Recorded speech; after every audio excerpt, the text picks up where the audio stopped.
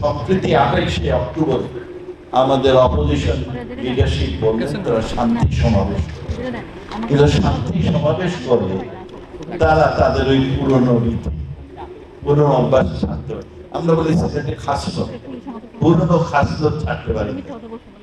তারা আপনার সন্ত্রাস শুরু করলেন, জ্বালাও পোড়া শুরু করলেন, অগ্নি সন্ত্রাস শুরু করলেন।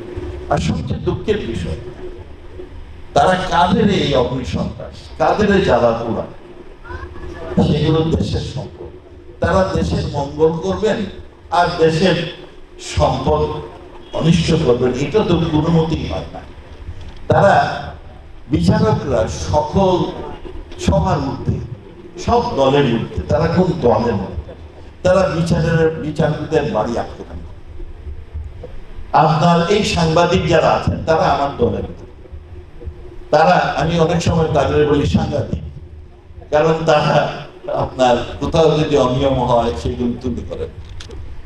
আওয়ামী লীগের সরকারের বিরুদ্ধে লিখে, অন্যদের বিরুদ্ধে কম লিখে, কিন্তু তাদেরও 25 জন আহত হয় এবং নির্দম ভাবে ওদের আপনার নির্যাতন করে।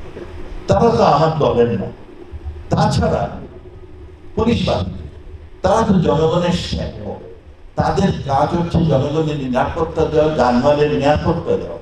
তারা তো আওয়ামী লীগের, কিন্তু তাদের আপনার পিটিয়ে পৈশাচিক, আপনারা দেখেছেন, আমার এটা বলার দরকার নেই, পৈশাচিক ভাবে আমরা এই ধরনের বাংলাদেশ চাই। দুনিয়ার সব দেশে পুলিশ অত্যন্ত সম্মানিত, তাদের যথেষ্ট পুলিশের কথা সময় শোনে। আর এখানে পুলিশকে ধরে পিঠানো একজন, আপনার প্রায় 65 জন, সর্বমোট 105 জন আপনার পুলিশ আহত। আর হলো হাসপাতাল, হাসপাতাল কোনো দলের না। সেই হাসপাতালের ভিতরে ঢুকে কয়েকটি ambulance, modern ambulance, crore crore টাকা লেগেছে, 29টা বা আপনার এই ভেহিকল, আর ইনক্লুডিং এই কিছু বলে যে কি বলে সেবা দেয় যে একটু আগে অ্যাম্বুলেন্স জানিয়েছে, কয়েকশো কোটি টাকার মাল নষ্ট হয়েছে।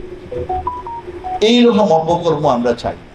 আপনারা চান এইরকম অপকর্ম চান? যারা এই ধরনের অপকর্ম তাদের পরিত্যাগ করে, তাদের প্রতি দীক্ষা। আমি আমার অপোজিশন লিডারশিপকে বলেছি, যারা এরকম অপকর্ম কাজ করেছে, দেশের সম্পদ নষ্ট করেছে, আপনার 93টা আপনার বাস এবং এইসব জ্বালিয়েছে, যারা এরকম অপকর্ম করেছে তারা দেশের শত্রু। আপনার দলের যদি সে হয়ে থাকে, আপনাদের দল থেকে তাকে বহিষ্কৃত করে, তার চিরজীবনের জন্য বহিষ্কৃত করে, আর আপনার রাষ্ট্রপতির কাছে ক্ষমা চান। এইরকম অপরাধ আপনার দলের কিছু দুষ্কৃত করেছে। আমি আশা করি তারা দেশবাসীর কাছে ক্ষমা চান। ক্ষমা না ছেলে আপনার তাদের কোনো ধরনের আপনার কি দেবেন না, প্রশ্রয় দেবেন না। এটা খুবই দুঃখজনক।